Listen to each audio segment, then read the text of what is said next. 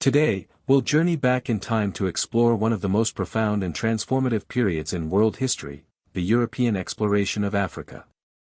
From early traders to the infamous scramble for Africa, this journey will give you a deeper understanding of how Europe's interaction with Africa shaped the modern world. Stick with me for the next hour, as we dive into the history of exploration, its impact, and the people who made it all happen. Before the age of exploration, Africa was already home to a rich tapestry of cultures, empires, and civilizations.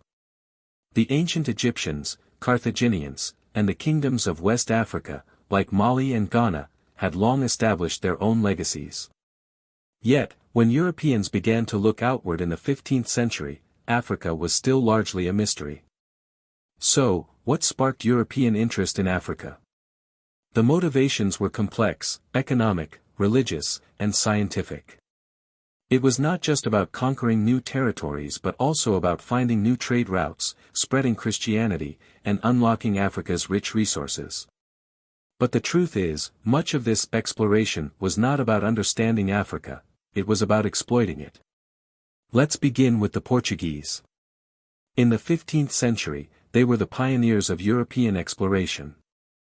Prince Henry the Navigator, a key figure in the early stages of Portuguese exploration, set the stage for what would later become a flood of European powers seeking to control African trade. The first major push into Africa was along the west coast. Portuguese explorers like Bartolomeu Dias and Vasco da Gama ventured into uncharted waters, seeking new trade routes to Asia. But what they discovered instead was a wealth of resources along the African coast: gold, ivory, and later, enslaved people. In 1488, Bartolomeu Dias became the first European to round the Cape of Good Hope, opening up sea routes to the Indian Ocean. This marked the beginning of centuries of European maritime dominance in African waters. However, not all that Europeans found in Africa was gold or ivory. By the 16th century, the demand for enslaved Africans grew exponentially. The transatlantic slave trade would soon become one of the darkest chapters of European exploration. European powers, particularly the Portuguese, British, French, and Dutch, built vast networks to capture, transport, and sell Africans as slaves to the Americas. It's estimated that over 12 million Africans were forcibly taken from their homeland over several centuries, leaving a lasting scar on the African continent. This wasn't just an isolated venture, it was a whole economic system. The triangular trade between Europe, Africa, and the Americas brought untold wealth to European nations while devastating African societies. While much of the exploration was driven by economic and imperial goals, the 18th and 19th centuries also saw a more scientific approach to the exploration of Africa. Europeans were eager to map the interior of the continent and uncover its hidden treasures, from rivers and mountains to unknown flora and fauna. One of the most famous figures in this period was David Livingstone, a Scottish missionary and explorer, who ventured deep into the African interior. Livingstone's journey through Central Africa not only increased European knowledge of the continent's geography but also opened the door for further colonization.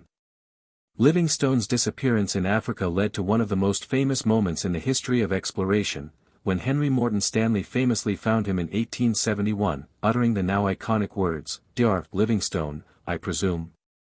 The scientific curiosity of the 19th century soon gave way to a race for control of Africa. The scramble for Africa began in earnest after the Berlin Conference of 1884 to 1885, where European powers divided up the African continent without any regard for the indigenous populations. European powers like Britain, France, Belgium, and Germany sought to expand their empires, and Africa was a prime target. What followed was a rapid and violent colonization that saw vast areas of the continent placed under European control. While the European powers were carving up Africa, they had little knowledge of its internal dynamics, cultures, or the people living there. This led to devastating consequences, with many African societies being forced into labor and stripped of their land. While European powers were busy colonizing, African resistance was fierce and widespread. Figures like Shaka Zulu, Samori Touré, and the Mahdiist movement in Sudan fought against European encroachment in a variety of ways. Despite the technological advantages of European armies, African resistance often led to prolonged conflicts, including major battles and guerrilla warfare. However, the forces of colonization were ultimately too powerful for most resistance movements to overcome. The legacy of European exploration and colonization of Africa is one that continues to shape the continent today. While Europe gained immensely in wealth, Africa's societies were forever altered. The boundaries drawn by European powers still divide nations and ethnic groups today, contributing to ongoing political and social challenges.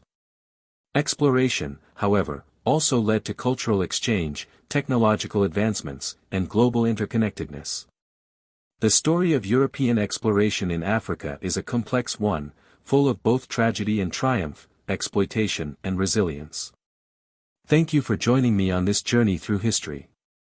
If you found this video insightful, don't forget to like, share, and subscribe. Let me know in the comments what other historical topics you'd like to explore. Until next time.